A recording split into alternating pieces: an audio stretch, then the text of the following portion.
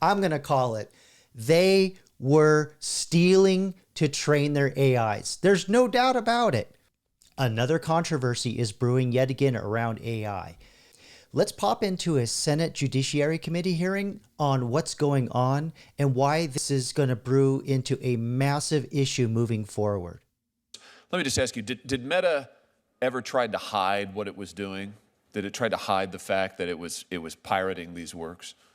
What the documents show is that in 2024, when Meta began to use Anna's archive, it decided intentionally to not use its own servers and instead to go through Amazon Web Services in order to ensure that the seeding, the sharing of pirated works would not be traced back to Meta's own IP. Okay, so let me break this down for you in non-nerd speak. There's a lot going on here. So if you remember Napster in the early 2000s when people were pirating music left and right, and Metallica getting on MTV and giving the finger to all their fans for stealing their music. Yeah, that core technology, Napster, it's called Torrenting, still alive and well today. Most people are doing it for movies and music. But back then, it took a lot of bandwidth, and a lot of people didn't have a fast enough internet connection to download whole movies at Blu-ray quality. But today, it's pretty crazy what all people are downloading with BitTorrent. So that's the first thing. So they set up BitTorrenting clients to go out and steal content to train their AIs. And this content was predominantly works of literature. And I'm not going to show it in today's video, but David Baldacci, who's a very well-known author, a lot of his books have been made into movies. I think the most famous one is Absolute Power, where Clint Eastwood played the Secret Service agent that walked in or witnessed the president getting down and dirty with an intern and ends up choking her out permanently. Got to be careful what I can say on YouTube. But yeah, that was, I think Gene Hackman played the president back in 1997. Anyway, David Baldacci is not a small fish in the pond. He's written many books, very successful author. And he actually had just given his testimony about how his works have been stolen. He complained a lot about how copyright no longer exists as a result of what Meta is doing. And what companies are doing in general to train their AIs. But anyway, the other piece of this is that he said that Meta used another service to set up this capability to pirate all this content to train their AIs, AWS, which is Amazon Web Services. And what's interesting about this, why you would do that, is because you could literally set up all the infrastructure you would need, like in a real data center, as if you own the computers, but here it's all virtual. And when you're done, you nuke it. You can totally delete it, delete the account. There's no trace, nothing. Did you wipe the server? What, like with a cloth or something? No, well, no. So that's why they did that. So already it shows that there's intent, that they knew what they were doing was wrong. But let's continue on. It doesn't sound to me like a company and executives that think what they're doing is above board. It sounds like a company that thinks that what they're doing is probably illegal in some manner, but they want to go on doing it anyway. Let me just show you a couple of documents, help us understand what we're seeing here. These are more Meta engineers now, again, working on AI. We've got the first one, Nikolai, who says, not sure we can use Meta's IPs to load through Torrent's pirate content. Ha ha. Oh, this is damning. Wow. Wow. They straight up used Torrent. That's like Napster. That's torrenting is the technology. And then he literally said pirate. Ha ha. They knew what they were doing. They're busted. I'm going to call it. They were stealing to train their AIs. There's no doubt about it. All right, so let's continue on. I emphasize, these are their documents. I mean, for all of Professor Lee's, and again, I appreciate Professor Lee making these arguments, but for all of Professor Lee's comments that we're not sure if it's really pirated or not, they thought so. This is Meta. Meta thought so. The next person says, the next employee, I'm curious to start looking at some samples, but I feel like we should get some clarity on what's allowed and how, smiling emoji. Nicolay again, haha, yeah, I think torrenting from a corporate laptop doesn't feel right. Boom. Boom. I have nothing else to add, but they were stealing. I mean, what are we looking at here, Mr. Pritt? I mean, is this an attempt to be above board and forthcoming and, they think everything's fine? Watch I the think lawyer. that is a very difficult conclusion to draw from these documents. And with all due respect to Professor Lee, as I am still litigating the case against Meta on behalf of a group of authors, Judge Chabria in that case specifically declined to decide whether Meta's piracy, what it has engaged in terms of the downloading, the making available, the making additional copies, and then sending those copies, over 40 terabytes of data to other individuals, is in fact fair use. And no court, including the Supreme Court, has ever held that rank piracy is somehow fair use. And instead, the Supreme Court case law, the still law of the land, says that fair use presupposes good faith and fair dealing. Okay, so there's a lot of lawyering going on here, and I've talked about it before in my live streams. I was in the music industry, so I know a little bit about copyright and publishing, things of that nature. But there's this concept of fair use. And the core tenet of that is like what I'm doing right now. I'm watching this video that is copywritten by Forbes, but I am commenting on it. And I'm transforming the work through my commenting. So they're not doing any transformation. Just on that premise alone, there's no transformation going on. They are literally downloading the content or books. And he was also talking about how there was 40 terabytes. So, a high-end laptop's going to have 1 terabyte. So let's say 40 laptops worth of ebooks and text, 40 terabytes of text is absolutely mammoth. I mean, that's like libraries upon libraries of textbooks. That is a ton of text content. And that's one thing AI is really good, especially generative AI is really good at consuming and pattern matching on, is text. So that is a lot of information to train AIs on. Hey, real quick, I just wanted to ask, if you got this far in the video, please like and subscribe. If you like this content, comment below. Also, you might want to pick up my copy of 50 Prompts That Make You Superhuman. It's pay what you want. Link is in the description below. All this AI stuff is taking off really quick and you want to get ahead. Also, every Saturday at 7 p.m. MST, I go live and I play with AI in real time. And I also launch AI characters that you can interact with during the live chat. All right, let's get back to it. And the other thing too he mentioned was they're distributing and passing it around to other people to use. So there's really the intent behind that matters a lot. And if there's no transformation going on, parody is another form of fair use where you're riffing and joking or parodying the content. That's considered fair use. So that's why Saturday Night Live can get away with doing things with Star Wars and other famous IPs because it's parody. And then news, reporting and things like that. So that's all fair use.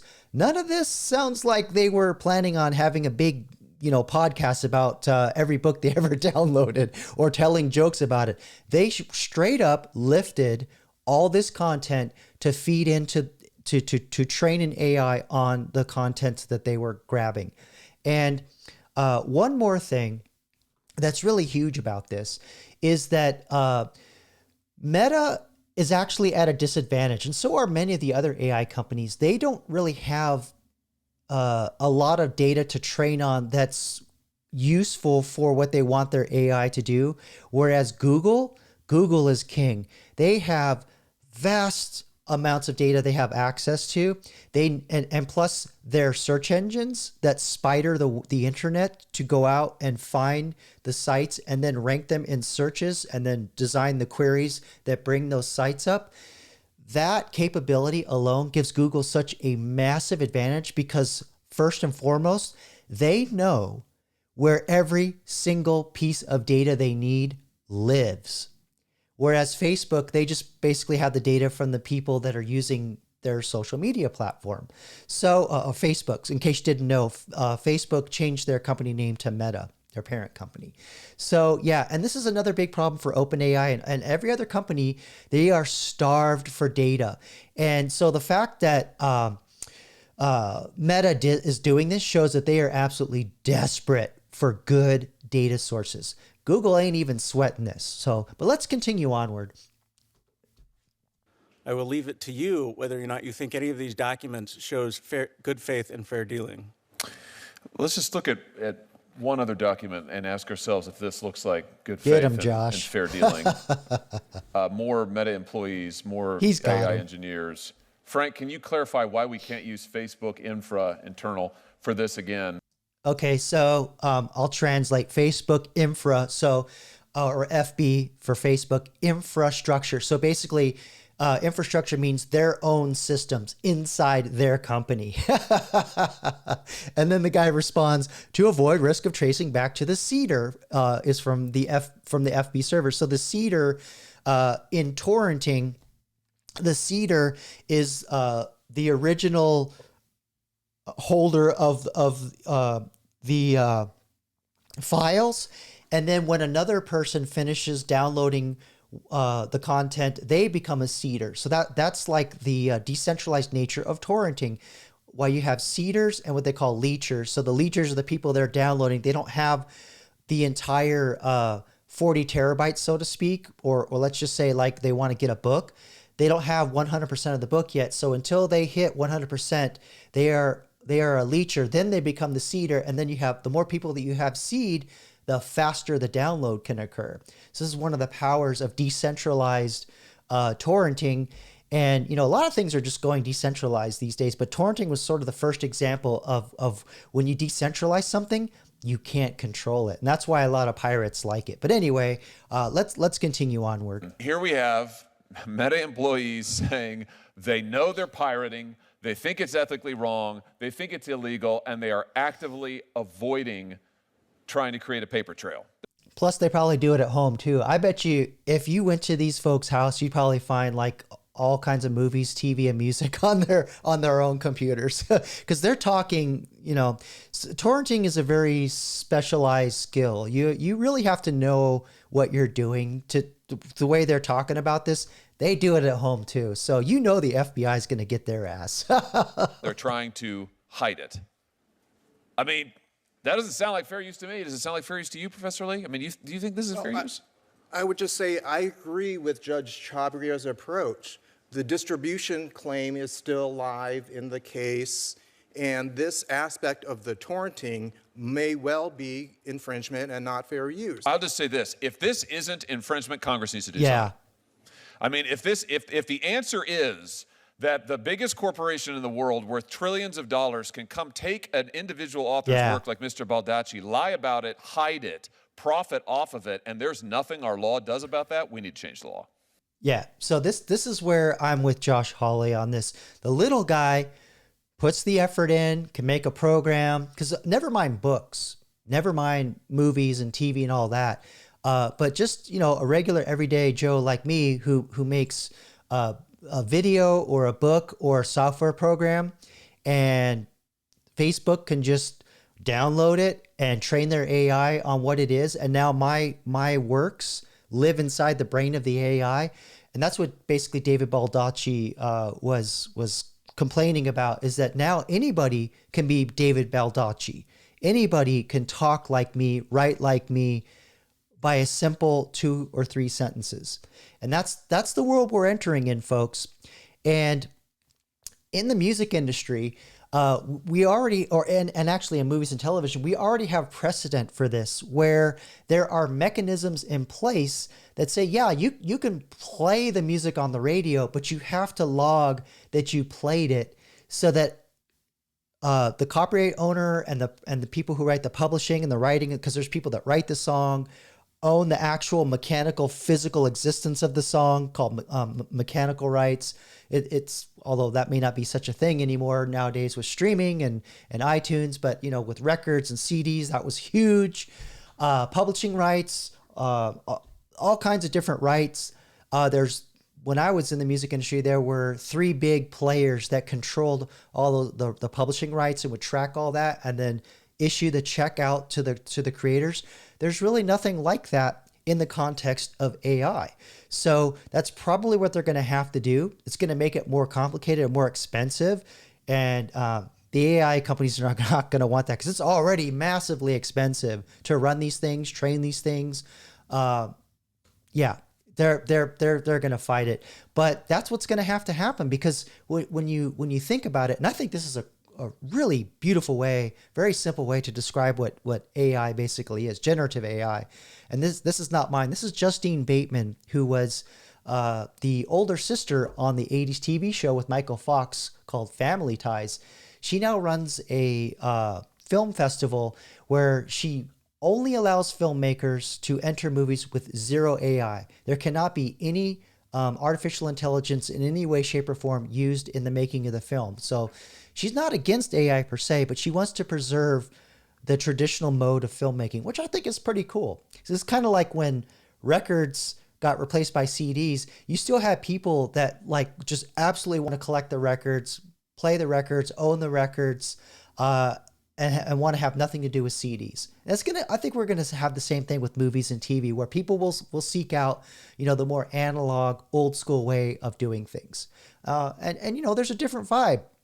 A lot of people swear that records sound different from CDs. I have my positions on that. Depends on how you mix the audio, but I don't want to open that can of worms. But I kind of see where people were getting at with records. But the point I'm getting at is Justine Bateman described AI as a big blender. It ingests all this stuff. It knows all these things. And then on the other end, somebody writes a sentence and says, well, I want my book or my picture to look like this. And the AI goes out and finds all the patterns that it matched on and goes, oh, well, there's a piece of that in Van Gogh. There's a piece of that in some old Dutch painter. And here's a piece of that in David, whatever. And it mashes it all together and goes, here you go. And there are some instances where artists have literally seen the original work fully lifted, but just kind of cut out a little bit and just slapped on to an image. I'll see if I can find some more examples of that. But at the moment, copyright is going to be a really big deal. And we're going to have to put some mechanisms in place to protect people's creative works, because I think this is wrong to just go out and grab all those works like that and then not have any form of compensation at all and then train the AIs. I think that's bullshit, personally. All right, let's continue on. About that, we need to change the law. And if nothing else comes out of this hearing today, I hope that's it. And I hope that this is motivation to this body that we need to be paying attention to what's going on here.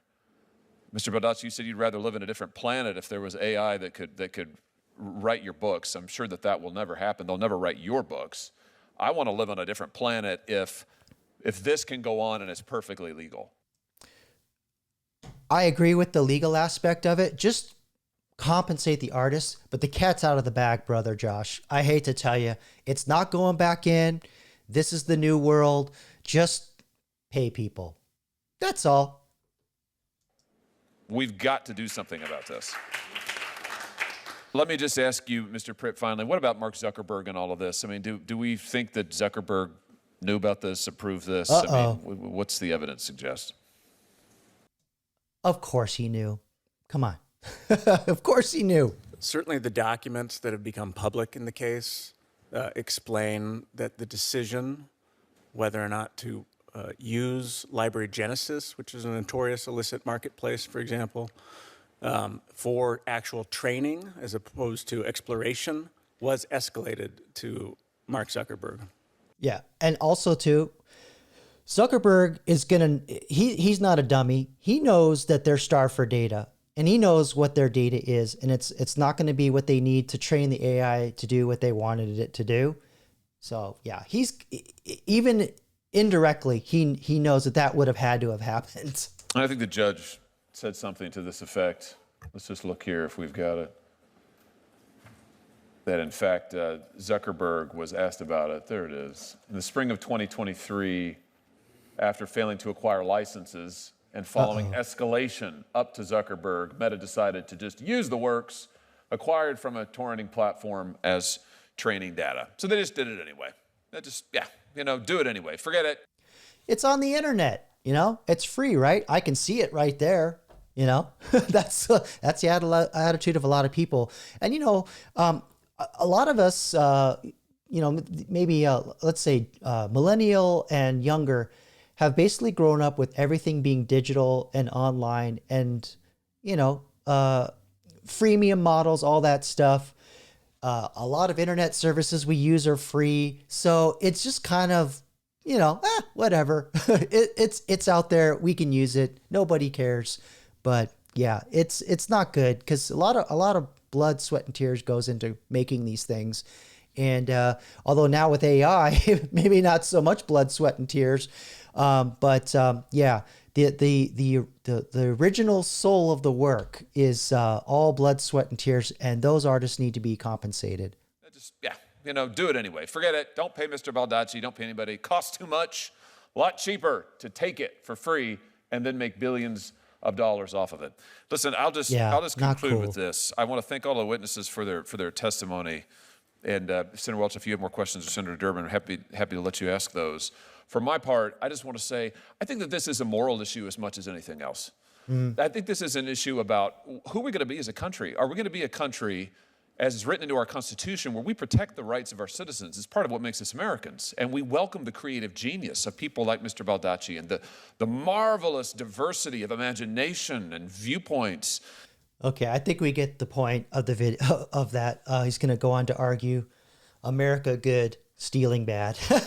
But this is the same conversation when the internet first started and Napster came on the scene and torrenting got popular. And they tried a lot of things. And again, with decentralized downloading, it's like whack-a-mole. You knock down one cedar, 10 more pop up. So it kind of became like the Streisand effect. The more they bitched about it, the worse it got. But, some of the things they did, the way they addressed it was, in addition to the whack-a-mole and going over the people that downloaded, originally you used to be able to sue the internet providers, and the internet providers are like, well, we don't know when people are torrenting. We can't block all that stuff. It's impossible. That task is impossible for us. And to a degree, that's true. And it would make internet providers way more expensive to monitor all that.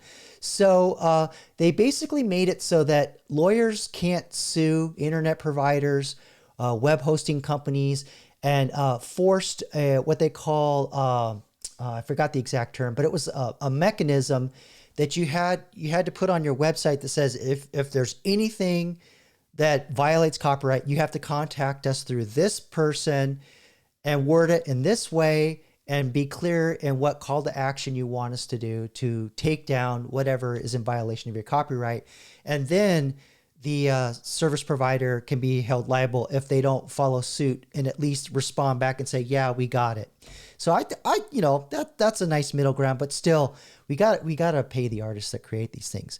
But anyway, thanks for watching. If you like this kind of content, please like and subscribe. Comment below. Tell me what you think. Do you think pirating content to train AIs is worth it to make ChatGPT and Meta's AI, all the generative AIs out there better? Or should we be more responsible and pay the original creators for their hard work? So there you have it. Meta stealing content to train their AIs. If you like this kind of content, please like and subscribe. Comment below. Tell me what you think. Do you think it's really stealing? Should artists be compensated for their work to train AIs? After all, human eyes take it in and absorb it. Why not the AIs? Anyway, I go live Saturdays at 7 p.m. MST to play around with AI a little bit, demonstrate its quirks, talk about the effects of AI on society, and I also have my AI characters that you can interact with through the live chat every Saturday at 7 p.m. MST. And until the next one, peace.